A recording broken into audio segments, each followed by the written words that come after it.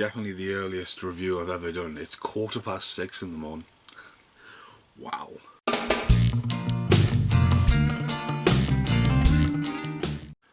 Hello, I'm Steve Mason and welcome to the review rant random for King Kong. Now this, if you're watching these in any kind of order, you want to check out Green Hornet. Filmed that last night. It'd be PJ's in bed. And I was going to do King Kong, but then you don't do a King Kong without the King Kong backdrop. And there's quite a lot of King Kong films there, even though that a couple of them are repeated from different versions and all kinds of stuff. I want to bring King Kongs into review rant randoms, especially getting around to the Sons of Kong, which I have had for 2 years and it's not even opened. So anyway, got to revisit the 70s King Kong, starring Jeff Bridges, introducing Jessica Lange and Charles Gordon's in this, or Gordine. It's the guy from Beethoven. I was like, is it? I had to IMDb it. I mean, I know Beethoven was almost 20 years after this, but it still got us. I was like, is it? And I'm sure Speedbagger's in it from Prey of the Roller Boys as well. So King Kong's one of the greatest stories ever told on paper. It's Beauty and the Beast, and it's also the rape of the natural world, you know, and the original, which was groundbreaking and one of the greatest movies ever made for the time it was made, to get revisited 30s, 60s, over 50 years later, nearly 60, 70 years later, to get a fresh take on it by Dino La... what's he called, man? His name's Dino. Dino. It's one of my favourite VHS covers. I'm sure it's Dino Laurentiis. Obviously acquired the rights to do it, and it became a big thing. Now, one thing about it is Universal's got its name on that one, it's got its name on the new ones. It doesn't have its name on any of these Kongs. See, this Kong here, I recently picked it up as well. It's the American one as well, Jessica Lange. It's the American import. But Universal's high and heavy on promoting this. I remember going and being fortunate enough to see King Kong live in person in 1991 in Universal Studios. That's where that postcard is from. On there and up there. Fucking scared the shit out of us. Literally scared. It's like him hanging off the bridge and then fucking he's like, rah, and you're like, whoa. Terrified. Because he's really there. And that's what I love actually about this movie. So away from stop animation, the storyline is similar. I like the myth, sort of. You know, it starts off straight away like they're getting on the boat. There's no looking around New York. They're on the boat and they're going out to looking for oil. And Jeff Bridges jumps on board. They find Jessica Lange floating in the middle of the sea. It moves along, even though King Kong does not appear into an hour. It's about an hour before we get a King Kong in this movie. And the whole theory that I can't find this island because of a heavy breathing monster. And it's, you know, it's one of those things. Now it looks like it's filmed in New Zealand or Hawaii. Beautiful shot of the cave when she's running up there. And then I see the wall and like, oh my god, it must be 1,000 years old. And that wasn't repaired 6 months ago. And see this big wall and all of a sudden they're over the wall. So if they can just walk up and around the wall, can Kong not? It's just, it's weird. You see the wall and it's like, whoa, the wall. And then, I don't know, that got me. So, storyline similar. They go to the island, they meet the natives kidnap the girl and offer her a sacrifice to Kong. And, rawr, it all happens. And then they have to go and get her back, and then next thing you know, the third act's in New York. Now what's different from Jackson's in the original, it's a guy in a suit, and although the guy just walks upright most of the time, and although the Stay Puft Marshmallow Man homages to it a bit, when he sees it peeking in the eyes, I think the suit's really good.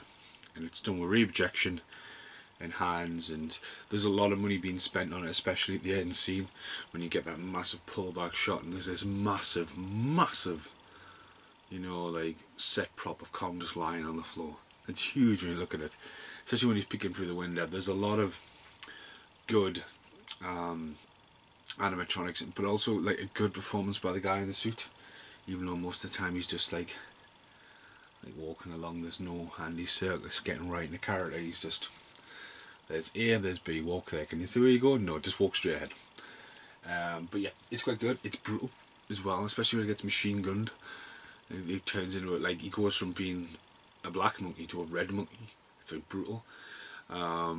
Scenes from that was also used. Stock footage was chucked into Running Man as well. There's a couple of bits I laugh at a lot. Again, the whole reveal. He comes out and he's in a fucking petrol can.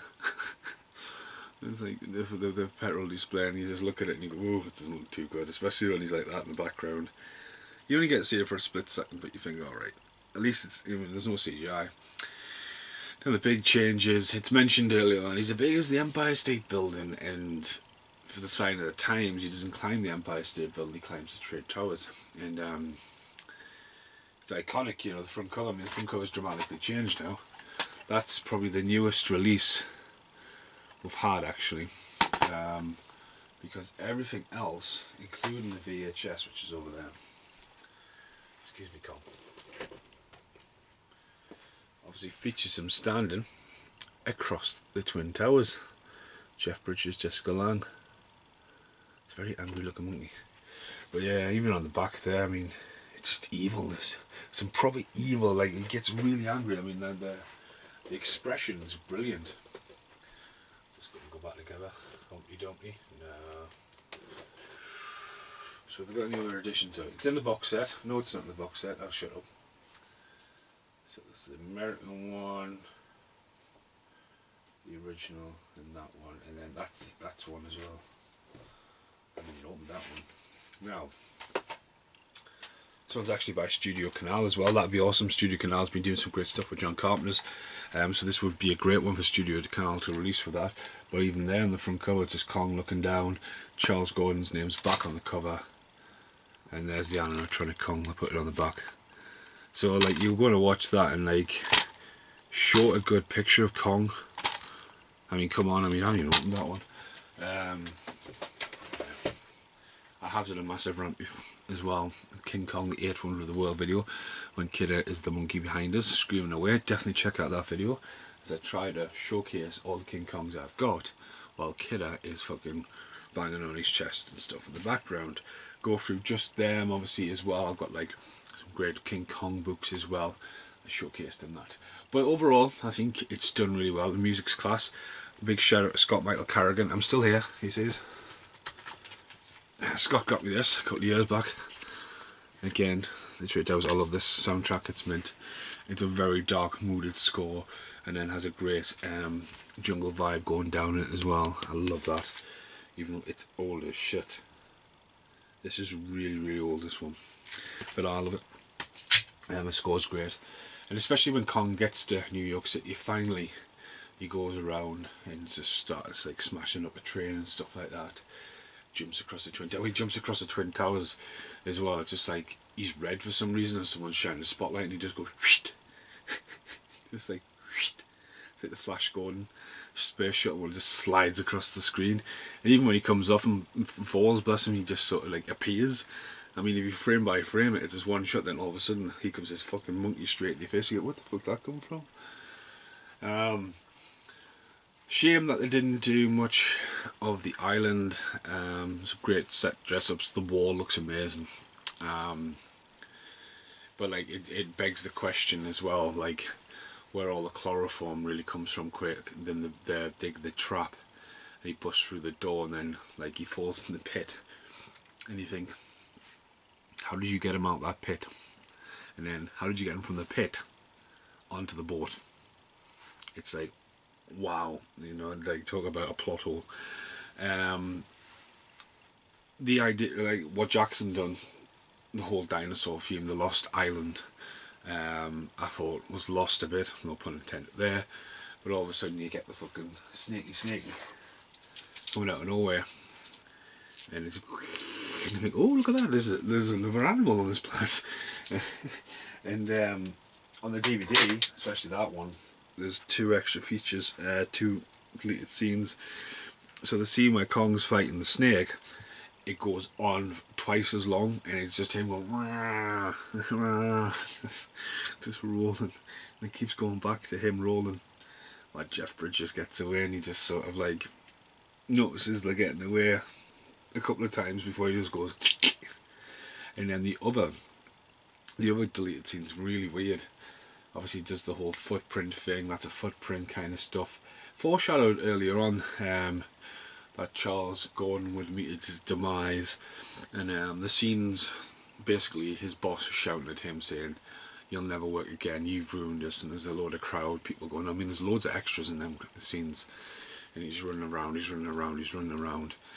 and he gets stood on. He just literally turns around, there's Kong, he falls over and he gets stood on, and that happens in the movie, but what you don't see is Kong's foot comes up, and there's just a hat, just his hat. He's disappeared, and he's like, there's no blood. It's like, did he fake his own death? Has he done a Chris Angel there? I don't know what he's just done. He's just disappeared, you know. But yeah, so I enjoyed it. Revisiting it, I enjoyed it. Now this is the one where he doesn't die because King Kong lives. It's the sequel to it. About 10 years later. Linda Hamilton's in this. It's one of my favourite VHSs. I think the artwork on that is absolutely brilliant. I do have multiple versions of that, so I'm going to try and watch that. Let's see, there's the original King Kong, there's Son of Kong there, there's King Kong Godzilla, King Kong Escapes. We've got Skull Island, which there is a fast forward review for, but I probably will revisit that because we're getting in the mood for Godzilla 2 and heading towards Godzilla vs King Kong the remake. There's multiple versions of Peter Jackson's, including the new Super Duper edition, which, if anything, just to go on a little bit about that, I've seen multiple times now because Peter Jackson's comedy is fucking brilliant at it. So yeah, animatronics hand,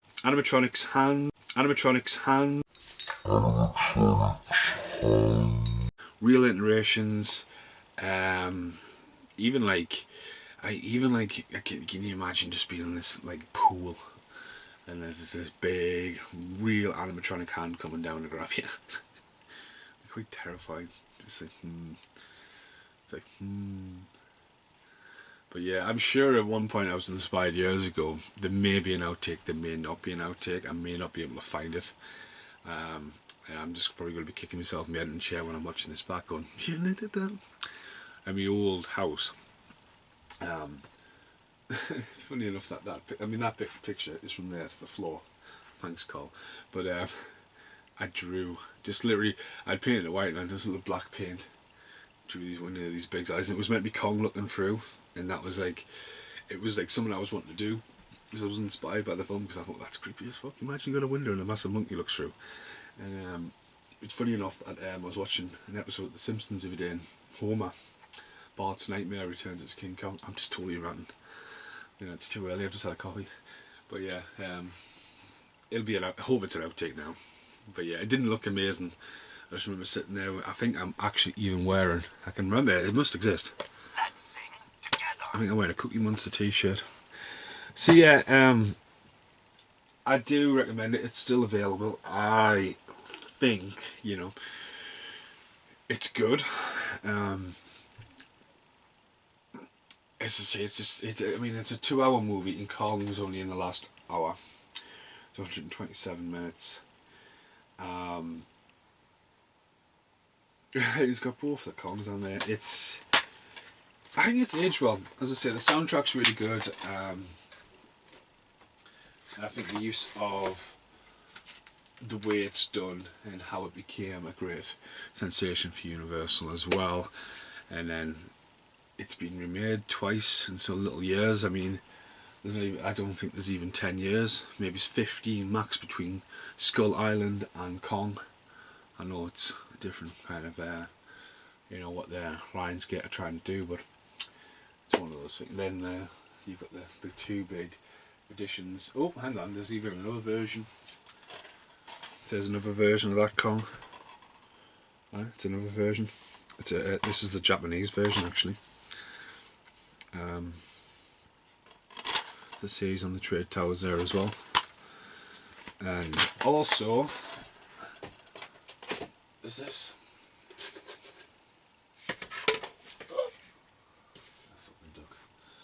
That is an original cup. You forgot about that. There's still only one Kong. That's hilarious because they made a sequel, but that's from 1976. That cup. I was lucky enough to get one of these when the box was found full of them. I kept it in pristine condition. So it's up there. The duck. The duck moves in every video. Maybe it hasn't moved the last couple, but it was meant to. It's an old school in childhood book hunting competition. Right, I'll see you in the outtakes.